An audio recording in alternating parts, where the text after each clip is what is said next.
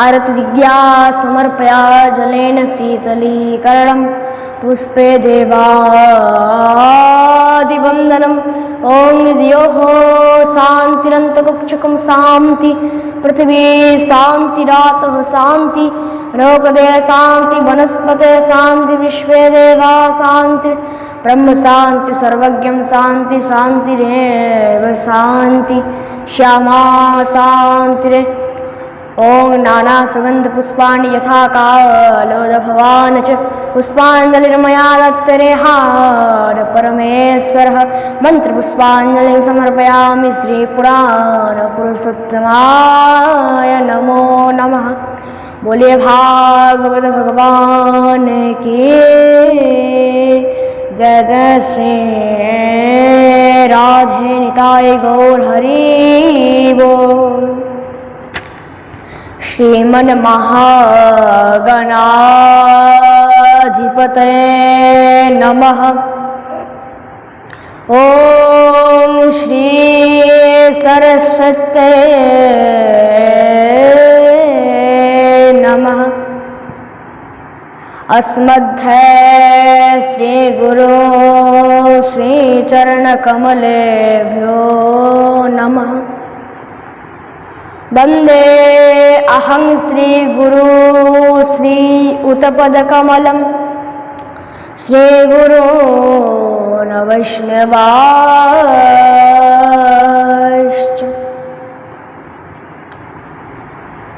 ध्येयं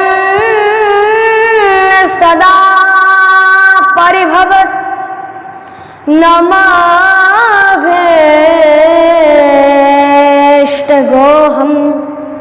तीर्थास्पदं शिवविरञ्जनतमस्वरण्यं परित्रार्तेऽहं प्रणतपानदिवोत्तं वन्दे महापुरुषते चरणारविन्द।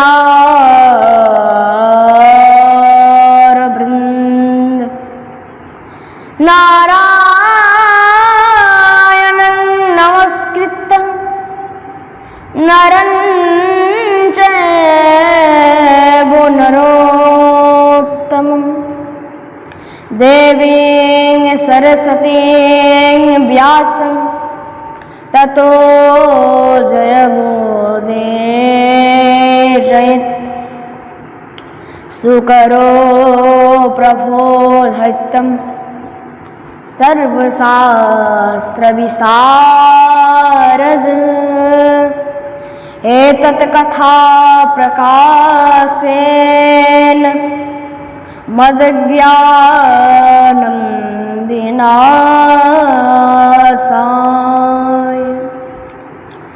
अतुलितबलधामं स्वर्णशैलावधीधम् तनजवन कृशानं ज्ञाननापत्रगन्नं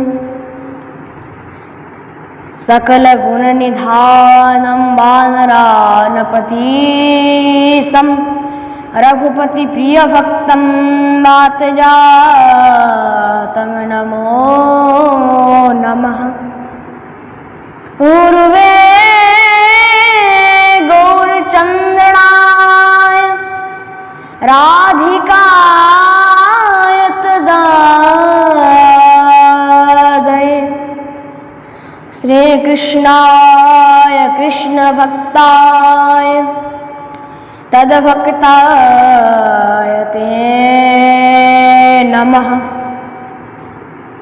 श्रीकृष्ण चैतन्य प्रभु नित्यानंद श्री अद्वैत गदाधर श्रीवासादि गौर भक्तवृंद।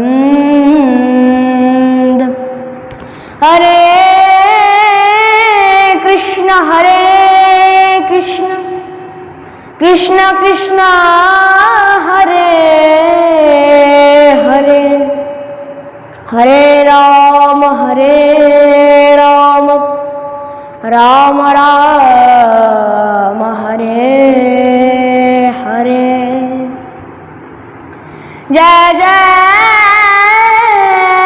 শ্রী রাধা রমণ, জয় জয় নবল কিশোর, जय गोपी चित चोर प्रभु, जय जय माखन चोर। बोले भक्त वत्सल भगवान की जय जय श्री राधे निताय गौर हरे हरे बोल। परमानंद चिन्मूर्ति अखिल ब्रह्मांड नायक जगत अधिपति त्रिलोकेश्वर नंद नंदन ब्रजेंद्र नंदन भगवान श्री राधा श्याम सुंदरेर असीम कृपाय असीम अनुकंपाय আমরা সবাই এখানে একত্রিত হয়েছি শ্রীমদ্ ভাগবত কথার দিব্য আনন্দময়ী অমৃতময়ী রস আস্বাদন করার জন্য। আজকে আমরা শ্রবণ করব যে সমুদ্র মন্থন কিভাবে হয়েছে। এক সময়ের কথা, যখন মহারাজ এখানে রাজা পরীক্ষিত কিন্তু শ্রবণ করতে চাইছেন শ্রী সুখদেব প্রভুর কাছে যে প্রভু সমুদ্র মন্থন কিভাবে হয়েছে। এক সময়ের কথা, দুর্বাসা ঋষি একবার ভগবানের কাছে স্বধামে গিয়েছেন, স্বধাম গমন করেছেন একবার দর্শন করতে ভগবানের। স্বধামে গিয়ে যখনই দেখেছে, ভগবান দেখছেন যে সামনে ব্রাহ্মণের সে কিছু তো দেওয়া উচিত। কি করলেন, তার গলার মধ্যে যে পারিজাতের একটা মালা ছিল, সে পারিজাতের মালা নিয়ে সে দুর্বাসা ঋষির গলায় পরিয়ে দিলেন। যখন পরিয়েছে, দুর্বাসা ঋষি তো খুব আনন্দিত হয়েছে। মহারাজ ভগবানকে একদম প্রণাম করে সদান থেকে বেরিয়েছেন, হরিনাম করতে করতে হরে কৃষ্ণ কৃষ্ণ কৃষ্ণ হরে হরে, হরে রাম রাম রাম হরে হরে, এইভাবে দিব্য ভজন করতে করতে আসছেন, হরিনাম করতে করতে আসছেন। তার জন্য যে গুরুবাড়ি হয় না, গুরুবাড়ি, মন্দিরে বা ভগবানের বাড়ি, ঠাকুর বাড়ি, এগুলোতে কখনো গেলে কোথাও কিন্তু খালি হাতে কেউ ফেরে না। তার জন্য এখানে সেই যে দুর্বাসা ঋষি, সে কিন্তু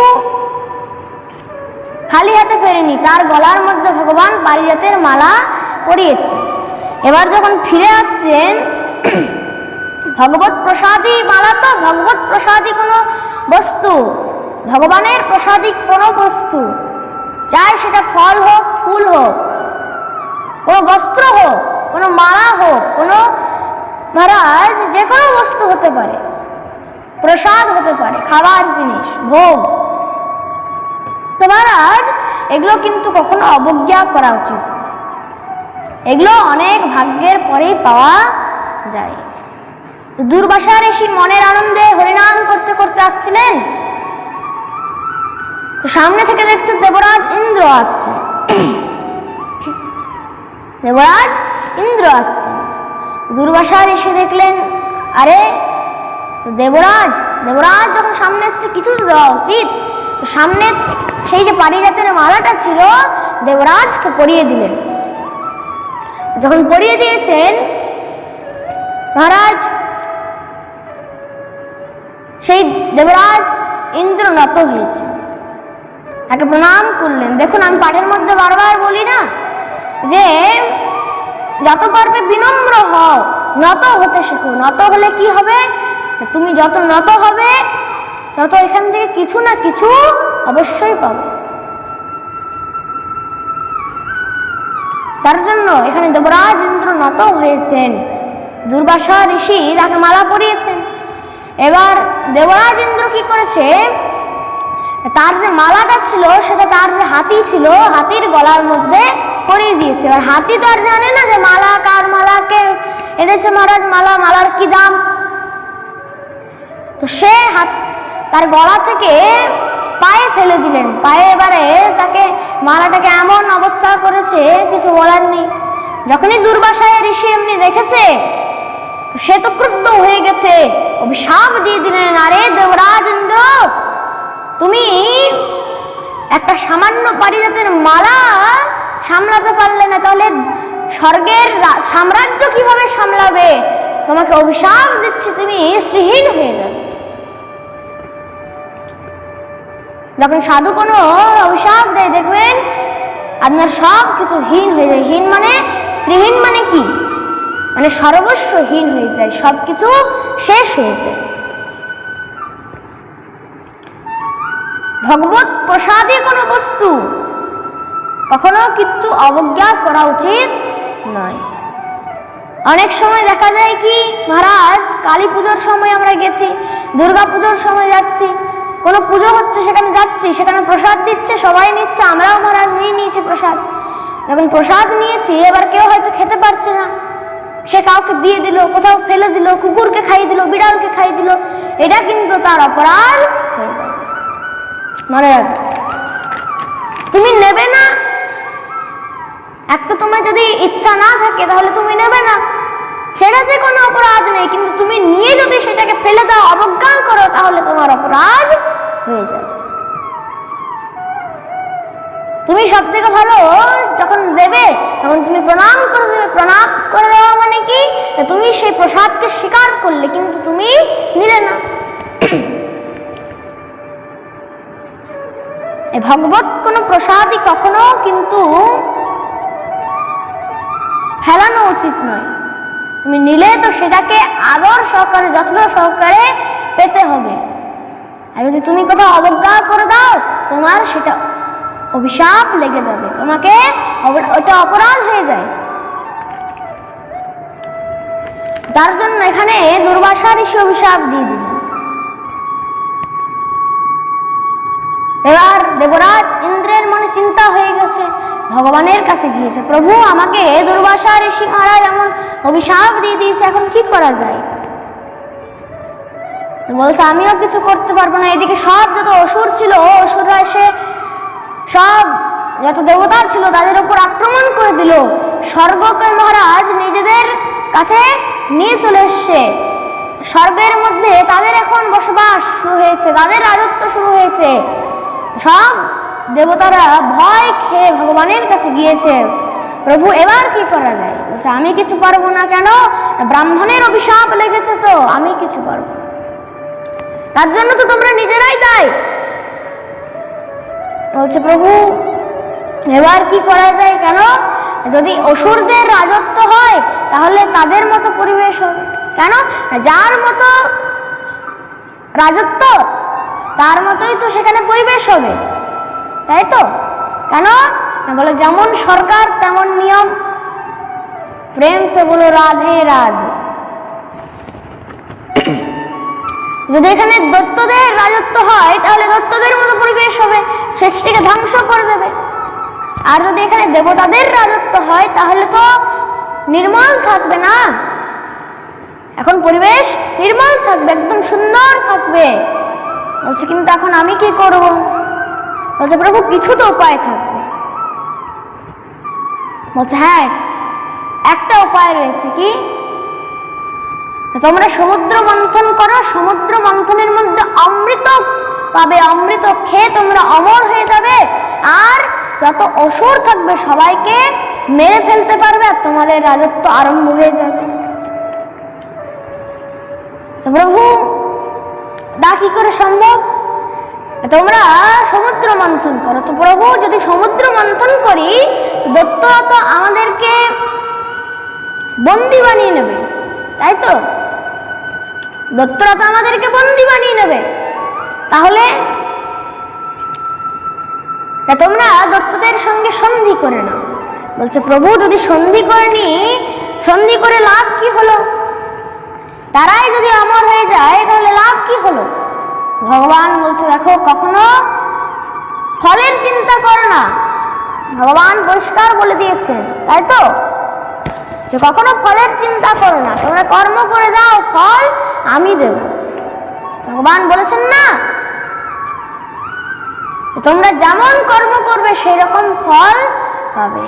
কর্মাণ্যে বাজবা রাস্তে মা ফলেষু কদাচন। তোমরা শুধু কর্ম করে যাও, ফলের চিন্তা করো না। দেবতাদেরকে বললেন যে দাও, যাও তোমরা সেখানে অসুরদের সঙ্গে সন্ধি করে নাও। অসুরদের সঙ্গে সন্ধি করেছে। মহারাজ মন্দ্রাচল পর্বতকে সমুদ্রের মধ্যে রেখেছে, আর মন্থন করার জন্য দড়ি হিসাবে কাকে রেখেছে? বাসুকী নাগকে। বাসুকী নাগকে দড়ির মতো পেঁচিয়েছে। এবার দেখতে দেখতে মহারাজ সমুদ্র মন্থন আরম্ভ হয়েছে। তো সমুদ্র মন্থনের মধ্যে যখনই সমুদ্র মন্থন আরম্ভ হয়েছে, তো সেই মন্দ্রাচল পর্বত সে তো বালির মধ্যে, মাটির মধ্যে রয়েছে, তো সে আস্তে আস্তে নিচের দিকে চলে যাচ্ছে। তো যখনই নিচের দিকে যাচ্ছে, সব দেবতারা ভয় খেয়ে গেছে। দেবতারা আবার ভগবানের কাছে গিয়েছে, ভগবানকে বললেন, প্রভু এখন কি করা যায়? বলছে তোমরা চিন্তা করো না, আমি আছি। তো ভগবানও আর দেরি করলেন না। ভগবান কি করলেন না, কূর্ম রূপ ধারণ করে, দেখতে দেখতে বিশাল কূর্ম রূপ ধারণ করে এসে মন্দ্রাচল পর্বতের নিচে চলে এলেন। এবার কূর্মরূপ মানে কচ্ছপ রূপ ধারণ করে যখনই পিঠের মধ্যে বসিয়েছে, এবার তার মন্দ্রাচল পর্বত নিচে নামছে না।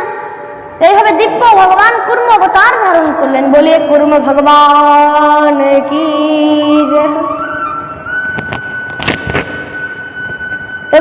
এবার সমুদ্র মন্থন শুরু হয়েছে।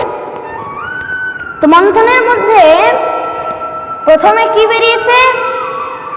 প্রথমে হলাহল বিষ বেরিয়েছে। তো আরে সে বিষের কি জ্বালা! সব দেবতারা দত্তরা এমন পালিশ মহারাজ ভগবানের কাছে বলছে, প্রভু এখানে একটা বিষ বেরিয়েছে, নাম হলাহল বিষ। তো সেই হলাহল বিষের এত জ্বালা আমরা থাকতে পারছি না। আচ্ছা তাহলে প্রভু আপনি কিছু করুন। বলছে দেখো ভাই, আমি হচ্ছি মাখন মিশ্রি খাওয়া লোক, আমি এইসব বিষের ডিপার্টমেন্ট আমার কাছে নেই। তাহলে বিষের ডিপার্টমেন্ট আলাদা একজন দেখে, কে? দেবাদিদেব মহাদেব। বলে শিব শঙ্কর ভগবান কি জয়। তাহলে দেবাদিদেব মহাদেবের কাছে গিয়েছে, সেখানে দিব্য মহাদেবের স্তুতি করলেন। মহাদেব প্রসন্ন হয়ে সেখানে তাদেরকে বললেন, ঠিক আছে, আমি এই হলাহল বিষ নিজের কণ্ঠের মধ্যে অবরুদ্ধ করে রাখবো। দেবাদিদেব মহাদেব গেলেন, তো গিয়ে সেখানে কণ্ঠের মধ্যে অবরুদ্ধ করে রাখলেন সেই বিষ। নিচে নামতে কিন্তু দেয়নি, কারণ নিচের মধ্যে প্রাণ রয়েছে, হৃদয় রয়েছে। তার হৃদয়ের মধ্যে কি রয়েছে না, প্রাণ গোবিন্দ রয়েছে। তো সেই বিষ যদি গোবিন্দকে স্পর্শ করে তার তো কষ্ট হবে, তার জন্য গলার মধ্যে অবরুদ্ধ করে রাখলেন। তো বিষের প্রভাবে গলা নীল হয়ে গেল, তো তার জন্য কণ্ঠ নীল হয়ে গেল, তো তার নাম হয়ে গেল নীলকণ্ঠ। বলে নীলকণ্ঠ ভগবান কি জয়। আবার মন্থন শুরু হয়েছে। দেখতে দেখতে মন্থনের মধ্যে কামধেনু গাভী বেরিয়েছে। সেই গোমাতাকে ঋষিগণ নিজের কাছে রাখলেন। এবার তৎপশ্চাৎ সেখানে উচ্চশ্রবা নামক এক ঘোড়া বেরিয়েছে, তাকে রাজা বলি রাখলেন। উচ্চশ্রবা ঘোড়াকে রাজা বলি রাখলেন। ঐরাবত হাতি বেরিয়েছে, ঐরাবত হাতিকে দেবরাজ ইন্দ্র রাখলেন নিজের কাছে। আর কৌস্তব মণি বেরিয়েছে, দেখতে দেখতে কৌস্তব মণি বেরিয়েছে। তো কেউ সেই মণিকে হরণ করতে পারলেন না। স্বয়ং ভগবান শ্রী বিষ্ণু নিজের বক্ষের মধ্যে সেই মণিকে অবরুদ্ধ করে রাখলেন। সেই কৌস্তুভ মণিকে ভগবান বিষ্ণু নিজের বক্ষের মধ্যে রাখলেন। তো দেখতে দেখতে একটা পারিজাতের বৃক্ষ বেরিয়েছে। পারিজাতের বৃক্ষকে সেখানে স্বর্গের মধ্যে রাখা হয়েছে। অপ্সরাগণ বেরিয়েছে, অপ্সরাগণকে স্বর্গে পাঠানো হয়েছে। দেখতে দেখতে স্বয়ং সাক্ষাৎ ভগবতী মা লক্ষ্মী বেরিয়েছে। এখানে সমুদ্র থেকে প্রকট হয়েছেন মা লক্ষ্মী। মা লক্ষ্মীর এই যে মন্ত্র এখন বলবো, এই মন্ত্রটা কিন্তু খুব মহারাজ অ্যাট্রাকটিভ মন্ত্র। কারো যদি বিজনেসের মধ্যে কোনো লস হয়ে যায়, কারো যদি কোনো ক্ষতি টতি চলে, তখন এই মন্ত্র বললে, যদি নিত্য পাঠ করে এই মন্ত্র, তাহলে তার উদ্ধার হয়ে যাবে, তাহলে তার মা লক্ষ্মী সবসময় চিরস্থায়ী হয়ে থাকবে। তো সেই মন্ত্রটা কি? ততশ্চারী ভূত সাক্ষাতি রমা ভাগবত পরাহা রঞ্জয়ন্তি দিশ কান্তা বিদ্যুৎ সৌদামণি যথা। এই হচ্ছে মন্ত্র। এই মন্ত্রটা কিন্তু খুব অ্যাট্রাকটিভ মন্ত্র। এটা এই যে মন্ত্র, এই মন্ত্র যদি কেউ নিত্য পাঠ করে, তার কাছে মা লক্ষ্মী সবসময় স্থায়ী হয়ে থাকে। দেখতে দেখতে মা লক্ষ্মী বরমালা নিয়ে এসেছেন। তো বরমালা কার গলায় পরালেন? সবার কাছে যাচ্ছেন। মা লক্ষ্মী কিন্তু চঞ্চলা, সবার কাছে যান কিন্তু কোথাও চিরস্থায়ী হয়ে থাকে না। তো অসুরদের কাছে যাচ্ছে, কোনো দেবতাদের কাছে যাচ্ছে, সবাই ভাবছে আমাকে বরমালা পরাবে, কিন্তু না, দেখতে দেখতে নারায়ণের গলার মধ্যে সেই মালা অর্পণ করেছেন। দেখুন, লক্ষ্মী নারায়ণের ছিল, লক্ষ্মী নারায়ণের আছে, আর আগামীকালেও লক্ষ্মী নারায়ণেরই থাকবে। তার জন্য এখানে দুজনকে একসাথে কি বলা হয়েছে? লক্ষ্মী নারায়ণ বলা হয়েছে। তো বলে লক্ষ্মী নারায়ণ ভগবান কি জয় হো।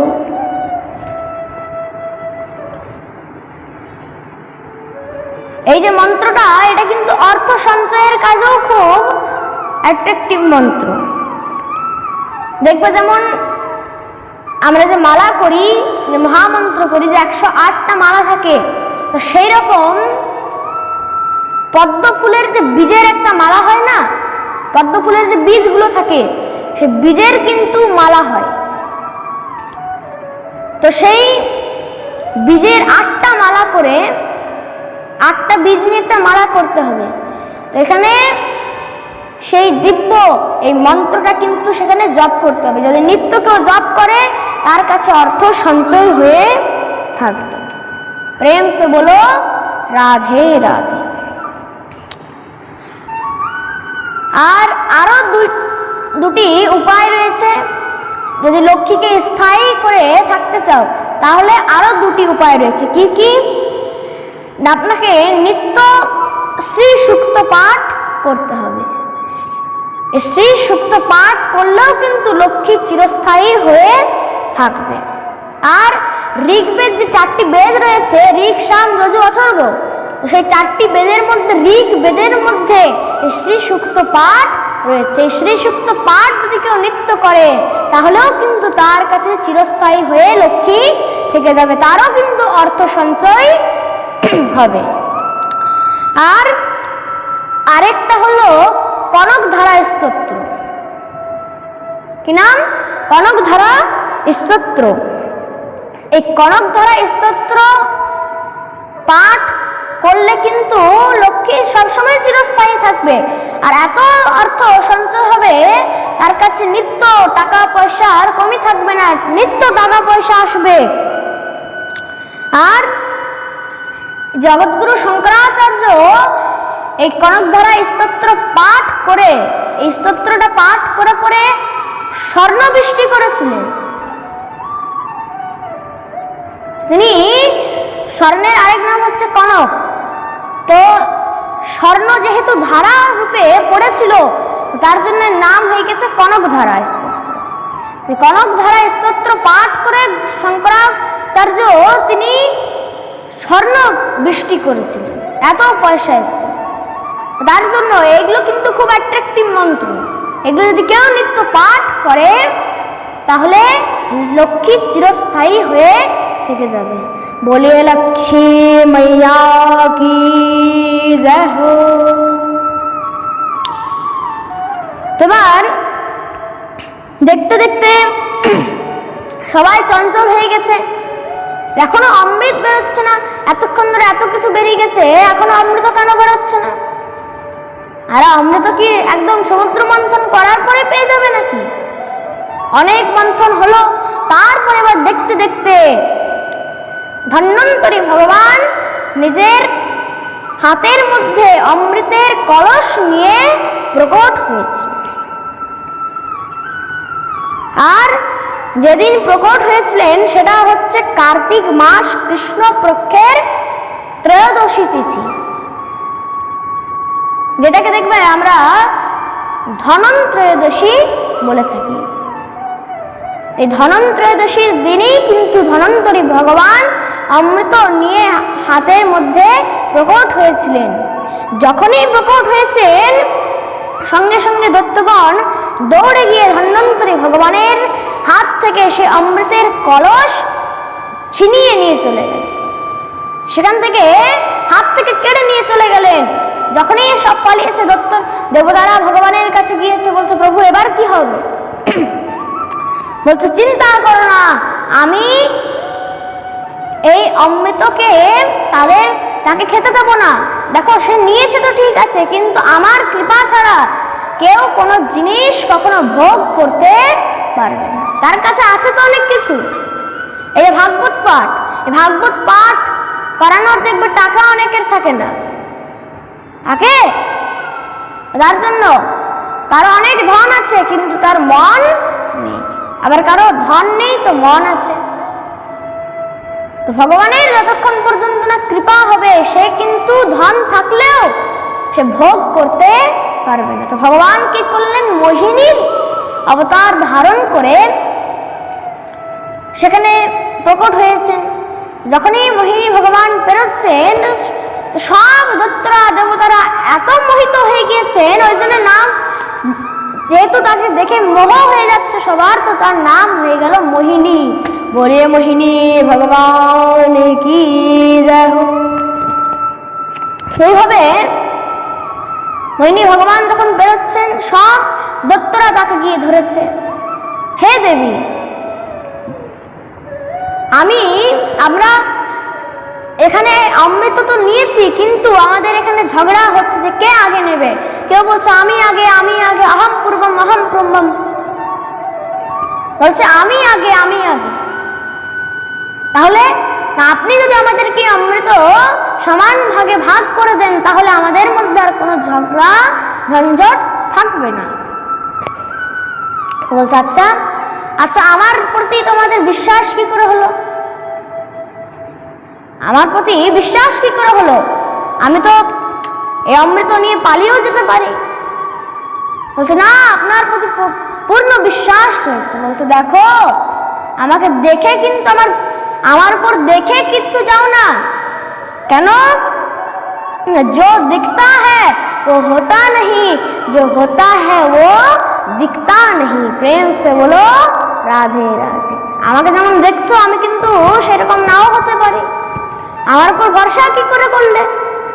বলছে না, আপনাকে পূর্ণ বিশ্বাস রয়েছে, আপনি আমাদেরকে অমৃত সমান ভাগে ভাগ করুন। তো বলছে দেখো, আমি দেখলাম এখানে তো দেবতারাও আপনাদের সঙ্গে সমুদ্র মন্থন করেছে, তাহলে নিশ্চয়ই দেবতারাও কিন্তু এটা অমৃত পাবে। তাহলে যদি আপনারা একাই খান তাহলে তো আমাদের এখানে আমার সংসারের মধ্যে নিন্দা হবে যে কেন দুজনে মিলেই এখানে সমুদ্র মন্থন করেছে, কিন্তু মোহিনী শুধু দৈত্যদেরকে অমৃত দিয়েছে, আমার তো নিন্দা হবে। তাহলে না, আপনারা সেই দেবতাদেরকেও নিয়ে আসুন, সবাই মিলে সমান ভাগে ভাগ করে আমি খাওয়াবো। তো সঙ্গে সঙ্গে দেবতাদেরকে নিয়ে এসছেন। এক লাইনে মহারাজ সবাইকে বসেছেন। যখন সবাইকে বসিয়েছেন, আগে দেখছেন ভগবান, আগে দেবতাদের দিক থেকে শুরু করি। কেন? দৈত্যদেরকে যদি খাওয়ায় তাহলে সাপকে দুধ খাওয়ানোর মতো হয়ে যায়, তাই তো? আর যদি সাপকে দুধ খাইয়ে দাও তাহলে কি হবে? সাপের যে বিষ রয়েছে সেই বিষটা আরো কিন্তু জোরালো হয়ে যাবে, বিষের যে প্রভাব আরো বেশি হয়ে যাবে। তার জন্য এখন যদি দৈত্যদেরকে খাইয়ে দিই, দৈত্যদের শক্তি আরো বেশি হয়ে যাবে। তো দেবতাদের দিক থেকে শুরু করেছে। তো বলছে, আরে দেবতাদের দিক থেকে শুরু করেছে কেন? তো আর কোনো একজন বলছে, আরে দাঁড়া, তুই জানিস না এখানে আমাদেরকে কেন দিচ্ছে না? না, ওপরের যে হালকা হালকা জিনিসগুলো না, ওইগুলো দেবতাদেরকে দিয়ে দিচ্ছে, আর আমাদেরকে ভেতরের গাঢ় গাঢ়টা দেবে, তাই তো? ভগবান বলছেন, হ্যাঁ আচ্ছা, আরো দাঁড়া, তোদেরকে ভালো করে গাঢ় গাঢ় গুলো দিচ্ছি। প্রেম সে বলো রাধে রাধে। বলছে এবার সঙ্গে সঙ্গে দেবতাদেরকে দেওয়া আরম্ভ করেছে। তো কোন অসুর ভাবছে, আরে গাঢ় গাঢ় খাওয়ার চক্কর যদি একটুও না পায়, তো সে কি করেছে না, সূর্য আর চন্দ্রের মধ্যে ঢুকে গেছে। ঢুকে যখন গেছে, তো প্রথমে তো সূর্যকে দিয়েছে। যখন সূর্যকে দিয়েছে, তারপরে মহারাজ সে অসুরকে দিয়েছে, খেয়েছে। যখন চন্দ্রকে দিতে যাচ্ছে, চন্দ্র মহারাজের দিকে হু হু করছে। কি হয়েছে না, এখানে তো অসুর বসে গেছে। যখনই অসুর দেখেছে, ভগবান নিজের বিষ্ণুর রূপ ধারণ করে সঙ্গে সঙ্গে চক্র, সুদর্শন চক্র বের করে তার মস্তক ছেদন করে দিলেন সেখানে। যখনই দেখেছে সব অসুররা বলছে, আরে মারো মারো মারো, তলোয়ার বের করে এমন শুরু করেছে। সেখানে এবার দেবতারা তো সব অমৃত খেয়ে নিয়েছে, তো তাদেরকে সব মেরে দিয়েছে, হত্যা করেছে। তো সব অসুরদের সেখানে বধ করে দিলেন। আর ওই যে অসুরকে কেটে মস্তক যে ছেদন করে দিয়েছিলেন, সেই অসুরের ওপর দিকটা হয়ে গেল। দেখুন, এখানে তাকে ছেদন করলেন, কিন্তু যেহেতু সে অমৃত পান করেছিলেন, তার জন্য তার মৃত্যু হলো না, দুটি ভাগ আলাদা আলাদা হয়ে গেছে। কি না না বলছে, এখানে ওপরের দিকটা হয়ে গেল রাহু আর নিচের দিকটা কেতু। মাথাটা হয়ে গেল রাহু আর নিচের দিকটা হয়ে গেল কেতু। এইভাবে